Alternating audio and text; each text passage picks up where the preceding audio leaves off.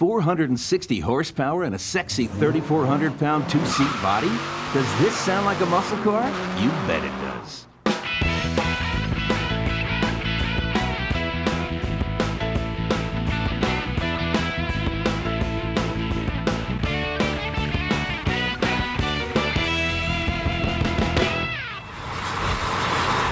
Not many cars could safely be called America's sports car, and for good reason. The cars that could live up to that name are some pretty great automobiles. There's the Chevrolet Corvette, of course. This car's 50-year journey from its birth as a six-cylinder novelty car to the all-world high-performance vehicle it is today is one of the auto industry's great success stories. There's also the Shelby Cobra. For 6 years, this incredible machine raced heads up against the world's greatest racing cars and beat the pants off them on every race course from Riverside to Le Mans. Through the years, there have been a few others, from designers like Sidney Allard and Frank Curtis, who in the 50s managed to produce a few hand-built road racers, to Briggs Cunningham, whose Chrysler Hemi-powered sports cars were an awesome blend of good looks, ingenuity, and brute American horsepower. But today, one car is a serious challenger for the right to claim the title of America's sports car. Its name is Viper. And just like another famous snake of a few years earlier, the Viper's bite is deadly.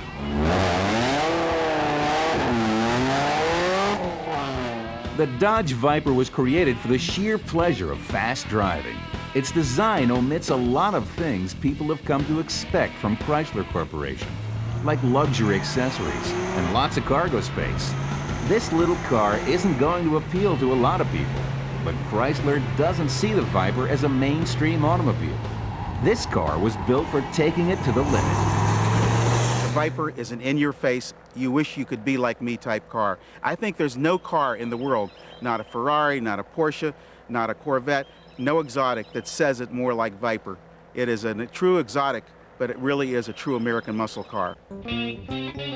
With a curb weight of just 3,400 pounds, a wheelbase of 96 inches, and a 488 cubic inch V10 engine, the Viper can be just about anything it wants to be. It has the acceleration of a superstock dragster and the handling of a Le Mans sports car. In fact, the Viper is capable of more flat-out performance than most people will ever use. But the part of this car that everyone can appreciate is its sexy body. When it comes to styling, the Viper is a cut above anything else on the road. You can't pull up to a light without somebody taking a picture or asking you questions, and if you pull into a gas station, you can plan on at least being there 10 minutes because you'll always have people come over asking you questions. It's a really exciting experience. The Viper struck the automotive world when it was least expected, from a most unlikely source. In the 60s, Chrysler Corporation had all but owned the muscle car marketplace. But by the late 80s, Chrysler was known more for reinventing itself with the K car and the minivan. The Viper was a symbol of Chrysler's new image of excitement and high technology. The Viper changed the whole face of Chrysler Corporation. It turned the whole program around and said, this is what we are, innovation, styling, we're ahead of everybody else, and that's what they have remained. Building a car like the Viper was a bigger job than just tooling up a new family sedan. This car would have to be scratch-built. And to get the car they wanted, the Viper's designers would have to start at ground zero and invent everything they needed, including the manufacturing process. We'll show you how they got things rolling and who the players were when the American muscle car returns.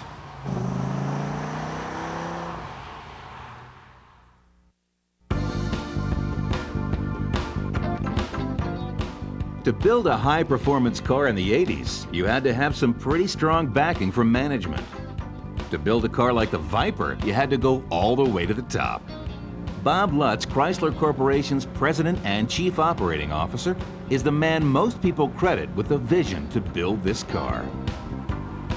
Lutz assembled his top people in engineering and design and outlined his vision for the Viper. Chrysler's chief designer, Tom Gale, was tapped to create the Viper's stop traffic looks. From engineering, Lutz chose Francois Castaing to be the man who would take the Viper from the drawing board to the road and to the racetrack. These three men, along with Carroll Shelby, the Viper's spiritual father, began to define this car. Their ground rules were simple. They wanted to build a two-seat roadster that offered the same gut-level performance as the Cobras of the 60s, but with every system updated with the best of today's technology. And if that wasn't a tall enough order, they intended to make a car they could sell for around $50,000. Clearly, the Viper was going to require some out-of-the-box thinking.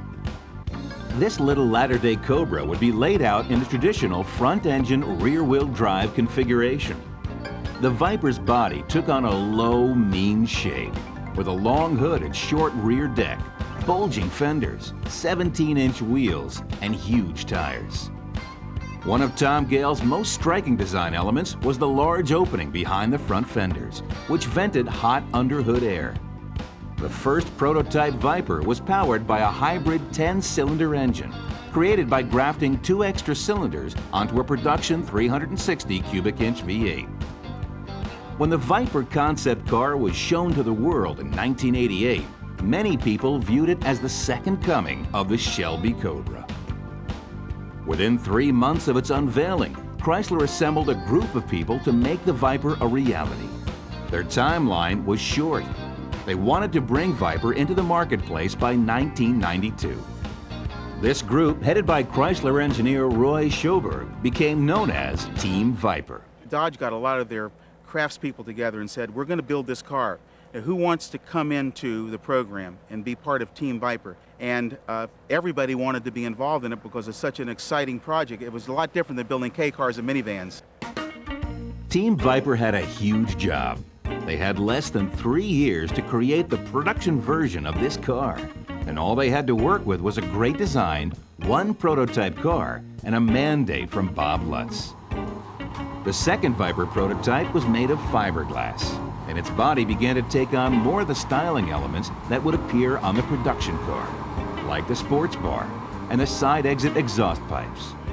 For the production Vipers, a new body material called RTM fiberglass was selected, which saved weight and speeded up the manufacturing process. Underneath the new skin, the engineers designed a tubular steel space frame chassis, which offered exceptional stiffness. The Viper would ride on coil-over shocks, with huge 13-inch disc brakes at each corner. Two 75/40 front tires on 17 by 10-inch alloy wheels and steamroller-sized 335/40 rear tires on 13-inch wide wheels on the rear meant this car was going to stick to the road. To keep costs down, the Viper would use some of Dodge's existing driveline components, including a new 8-liter 10-cylinder engine originally designed for pickup truck duty. In truck form, this cast iron motor would be far too heavy for a car like the Viper, but they could save 100 pounds by casting the block and heads from aluminum alloy. Called the Copperhead engine, the Viper's V10 would measure an immense 488 cubic inches, with a 4-inch bore and a 3.88-inch stroke. Instead of overhead cams and other exotica, this engine was a conventional pushrod motor with a very streetable 9.1:1 compression ratio. Induction was handled by a ram-tuned multi-port fuel injection system. Lightweight, thin-wall exhaust manifolds fed into the Viper's specially designed side pipes, each containing their own low-restriction catalytic converter. This blend of off-the-shelf parts, leading-edge design, and new millennium technology produced 400 horsepower at 5,600 RPM and 450 foot-pounds of torque at 3,600 RPM. It's aluminum block, aluminum head. It's got the fuel injection, of course. It's just an absolutely fabulous car. It idles smooth, it runs hard, it develops a tremendous amount of horsepower, and with just a few modifications, you can take it over 500 horse with virtually zero modifications to it. The engine and chassis were ready, and as the final touches were applied to the body and interior, Viper was ready for the road.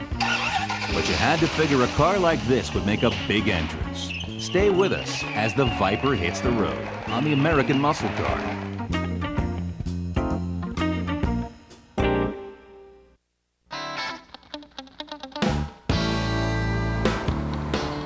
When the Viper RT10 hit the showrooms in 1992, it had evolved into an amazing automobile. Even though the production model looked quite similar to the original prototype, not one single body panel was the same. More importantly, it was obvious to all who drove the RT10 that there wasn't another American car in its league. Despite its cafe racer good looks, the Viper was a single-purpose, no-compromise performance machine. And it said so everywhere you looked. No luxury items were found in the Viper's interior, except a set of comfortable leather-covered bucket seats. There were no side windows or even any outside door handles. There was a cloth top with zip-in side curtains. But if you were looking for an automatic transmission or air conditioning, this wasn't your ride. The Viper was a 100% manly man car. Until you really get it on a racetrack, you really have no true clue of what this car is capable of. You can't, and I don't care what anybody says, you can't do it on the street. Not if you're sane. Pulling through a BorgWarner 6-speed gearbox and a 307 limited slip rear end, the Viper RT10 could run 0 to 60 in a shade over 4 seconds, click off high 12-second quarter miles, and top out at nearly 170 miles per hour. Not bad for a 50-state smog-legal car. But as awesome as its performance was, the most impressive thing about this little car was its quality. And like all of its other features, quality was a part of the car's design. They build approximately 7 to 8 Vipers per day with a 5-day ship, so it's a low production number car. The car does not move from one space to another until it's totally inspected and everything is assembled correctly, and it is a really true hand-built car. By the end of model year 1992, 251 Viper RT10s had been produced. And even at the car's fairly hefty $56,000 sticker price, the list of people waiting to put one in their driveway was starting to get lengthy. So staying with this good thing, Team Viper input just a few changes to the 93 cars, like embedding the radio antenna in the windshield. This year, Team Viper cranked out over 1,400 of the little jewels.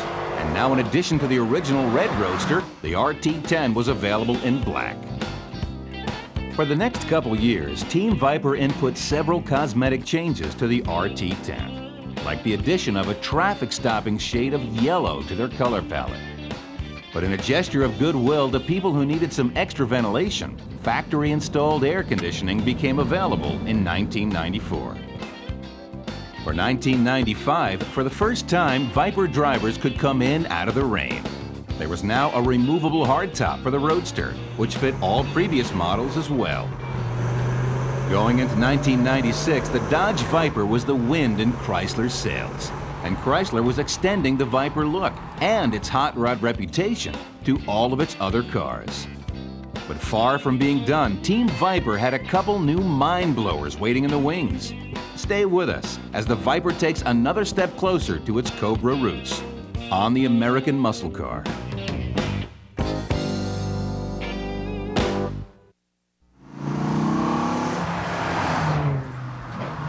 Far from being old news, the Viper, now in its 5th year of the Roadster body style, was still selling every car Team Viper could make.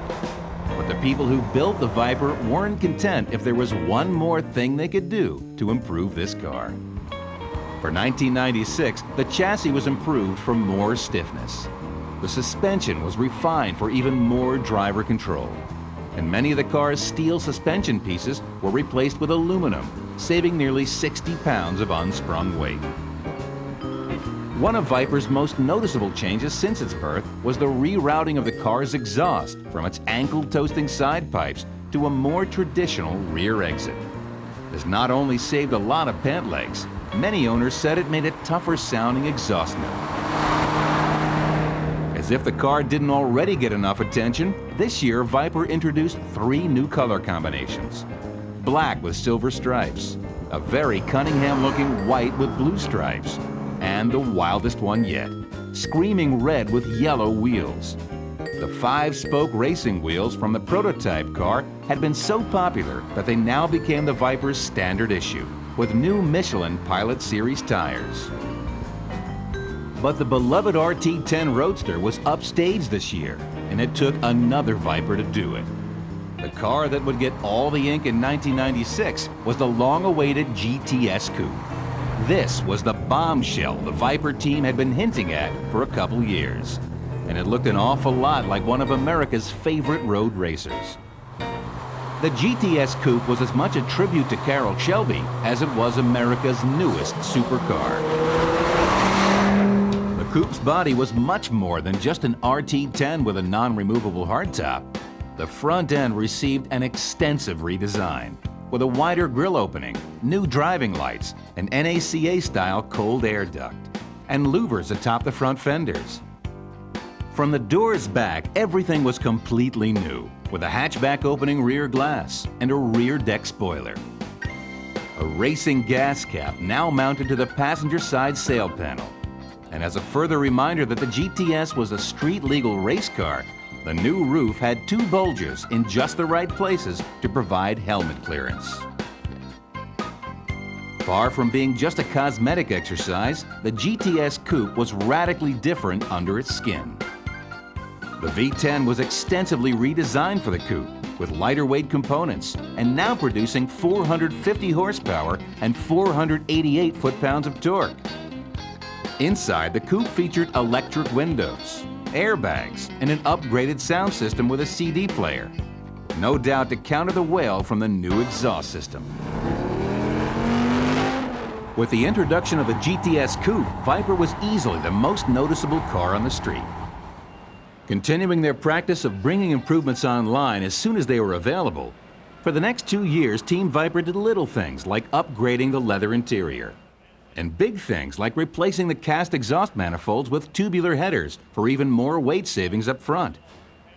By now, it was getting hard to find ways to make this little almost perfect car better. But Team Viper had a pretty good source of test data, feedback from Viper owners. It's now at a level that it outdrives me. And I've been racing offshore powerboats and automobiles for the last 40 years of my life. And I have to admit that this car still has surprises for me. Viper did have one other source of R&D information, the racetrack. We'll go racing with Team Viper when the American muscle car returns.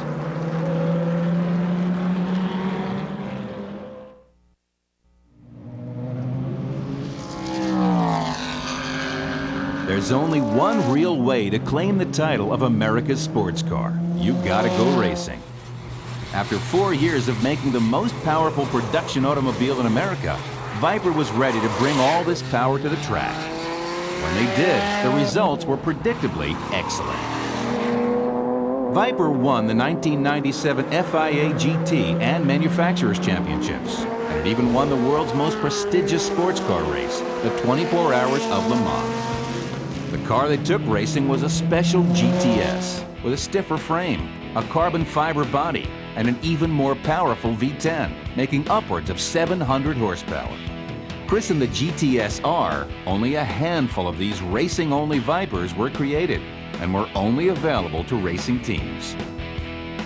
But for everyone else, a special commemorative GTS-R was built in 1998. Done in the traditional American racing white with blue stripes, the GTS-R replica was outfitted with a carbon fiber rear wing and special BBS wheels. It was a classy way to celebrate the Viper's racing success.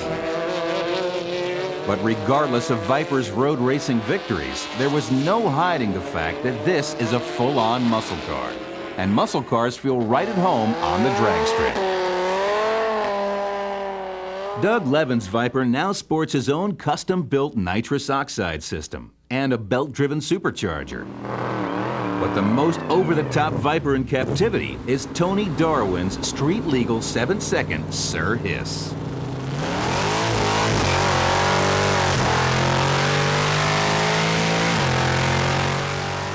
We had to put a parachute, wheelie bars, and an off-on safety switch back here, which is required by NHRA. We put a Mark Williams 9-inch base Ford rear end underneath it. We put way oversized tires, oversized rims, Side exhaust mainly because there just plain wasn't enough room underneath the car to put them in there. We then went to a Linco transmission. Of course, we got the full roll cage, all the complete instruments in it. We got the aluminum, all aluminum Dodge-based prototype engine. It's got dart heads, dart intake. We've got the air conditioning, the power steering. We've got a Holley carb with a nitrous kit on. It's adjustable from 250 to 650 horsepower. And of course, this being beautiful sunny Florida here, we have an aluminum Ron Davis racing radiator with dual fans and an oil cooler to keep things cool in the summer so we can cruise Clearwater Beach without overheating. No doubt much of the Viper's success is due, of course, to its good looks and incredible performance. People buy Vipers for how it makes them feel. Driving a Viper on the street really makes you feel young. It makes no difference how old you are. You feel like you're a teenager again with all that muscle. In 2003, Dodge will roll out a new Viper, showing the first full-body styling change since the original RT10. But once again, the real story is under the skin. There seems to be no limit to how much horsepower they can find inside the V10. This year, the engine will measure 505 cubic inches and crank out 525 horses, making it even more appropriate to call the Viper America's true supercar. Since the very first prototype, Viper has been propelled by a single philosophy: no compromises. That philosophy didn't just build an awesome automobile. The Viper and its owners have a love affair going that no other car can claim. When I had Corvettes, anything they did that improved that car, I immediately sold the old one and bought a new one. This car I don't feel that way about. From idle to screaming red headers, it's a really amazing car. So while some people say the days of the American muscle car are over, Viper owners are out there on the streets and the racetracks letting everyone know that the muscle car is still around. It's just faster than it used to be. Nostalgia is nice, but for Viper drivers, these are the good old days. Thanks for watching, and remember, don't crush them, restore them.